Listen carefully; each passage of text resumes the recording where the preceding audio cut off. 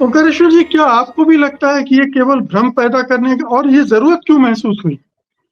अगर भ्रम भी पैदा करना है राहुल गांधी के खिलाफ के बारे में, तो ये जरूरत क्यों महसूस हो रही? आज ये क्यों कहना पड़ रहा है कि हम राहुल गांधी से मिल रहे हैं?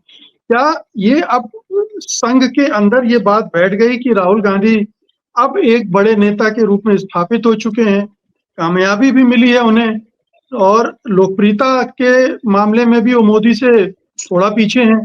तो क्या ये अब एक कहीं रियलाइजेशन है संघ के अंदर कि इनको अपनी तरफ से कुछ करना पड़ेगा? मुझे नहीं लगता है मुकेश जी की कोई रियलाइजेशन है। एक तो वो समाज में भ्रम की स्थिति बनाए रखना चाहते हैं। एक समय था जब बीजेपी को एक अछूत पार्टी के रूप में माना जाता था। तो संघ और बीजेपी हम दोनों को अलग-अलग करके नहीं देखते, इसलिए हम एक साथ ही जोड़ के देखते हैं। तो उस समय बीजेपी ने ये रणनीति अपनाई कि किसी तरह से सभी दलों के साथ धीरे-धीरे तालमेल स्थापित किया जाए।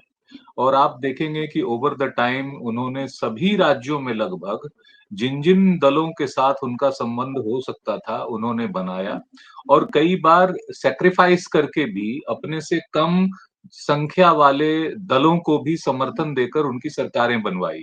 लेकिन उसके पीछे ये नहीं था मकसद कि हाँ, हम उनको आगे बढ़ाना चाहते हैं। उसके पीछे मकसद ये था कि एक बार ज़रा ये हमसे जुड़ जाएँ, तो कल को ये हमको सांप्रदायिक पार्टी नहीं कह पाएँगे। और जब नहीं कह पाएँगे तो इनका वोट बैंक हमारी तरफ आ जाएगा, जो वोट बैंक हमसे कटा हुआ है। तो ये इन्होंने बारी-बारी से उत्तर प्रदेश में, बिहार में, उड़ीसा में, असम में, पंजाब में और तमाम राज्यों में किया, महाराष्ट्र में, जिन-जिन राज्यों में आप नाम लें, उन्होंने पहले रीजनल पार्टीज़ को चुना और इसके लिए वो गए। यहाँ तक कि पीडीपी जिसको ये कहते थे कि अलगाववादी पार्टी है, उसके साथ भी हाथ मिला लिया, उसके साथ भी चले गए। सिर्फ इसलिए कि हमारी स्वीकार्यता हो। अब ये चारों तरफ स्वीकार्यता हो गई है, लेकिन एक ही पार्टी है जो इनको स्वीकार नहीं करती और जो इनको ठीक से पहचानती है। ज़ाहिर है, आज़ादी के पहले से कांग्रेस के लोग देख रहे हैं कि संघ का क्या रवैया रहा है, संघ का क्या स्टैंड रहा है विभिन्न मुद्दों पे। 4 बार संघ पर तो कांग्रेस ने ही बैन लगाया है। और उसके बाद उसको उठाया भी। जब ठीक लगा तो नेहरू ने उनको परेड में भी बुलाया और सारी बातें भी हुई।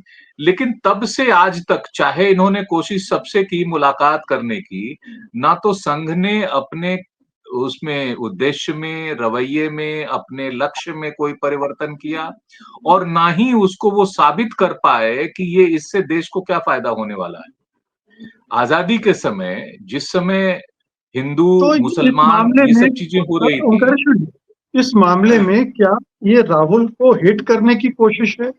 राहुल के बारे में भ्रम पैदा करने की कोशिश है, या अपनी छवि भी ठीक करने की कोशिश है कि हम तो बड़े उदार हैं, हम बड़े मिलनसार हैं?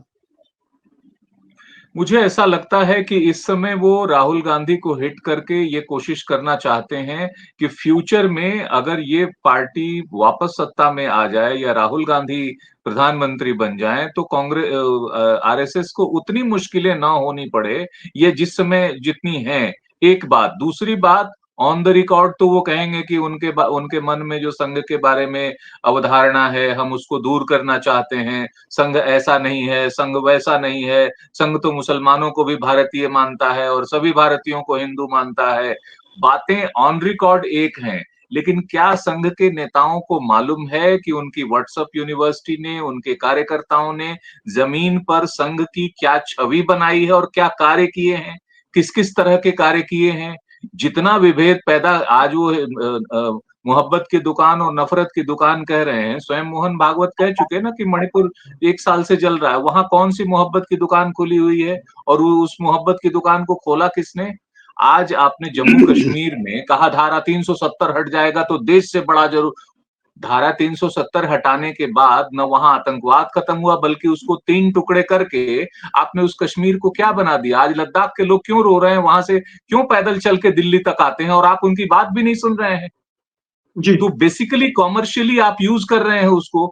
आपने जो भी लक्ष्य रखा था बीजेपी के सामने, अब तो देश के सामने वो खुल चुका ना कि भाई मंदिर भी बन गया, 370 भी हट गया, यूसीसी को भी देख लिया उत्तरांचल में, आप लागू कर दो, उसके बाद क्या?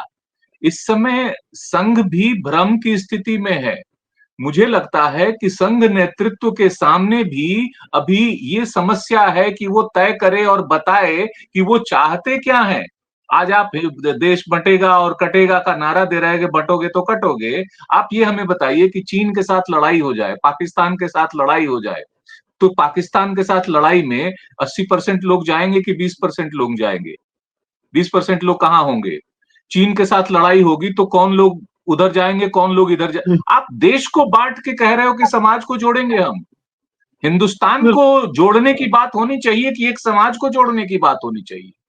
तो बेटर ये है ना कि जो सरदार पटेल ने आपसे कहा था कि आप मर्ज कर दो, अगर इतना ही प्रेम है तो पूरी संघ को कांग्रेस में मर्ज कर दीजिए ना। ये तो सरदार सरदार पटेल को आप अपना आदर्श मानते हैं, हालांकि वो कांग्रेसी थे, हालांकि उन्होंने आप पे बैन भी लगाया था और बैन हटाया भी बिल्कुल, था। आपके अच्छे कामों को कांग्रेस के नेतृत्व ने समय समय पर सराहा है।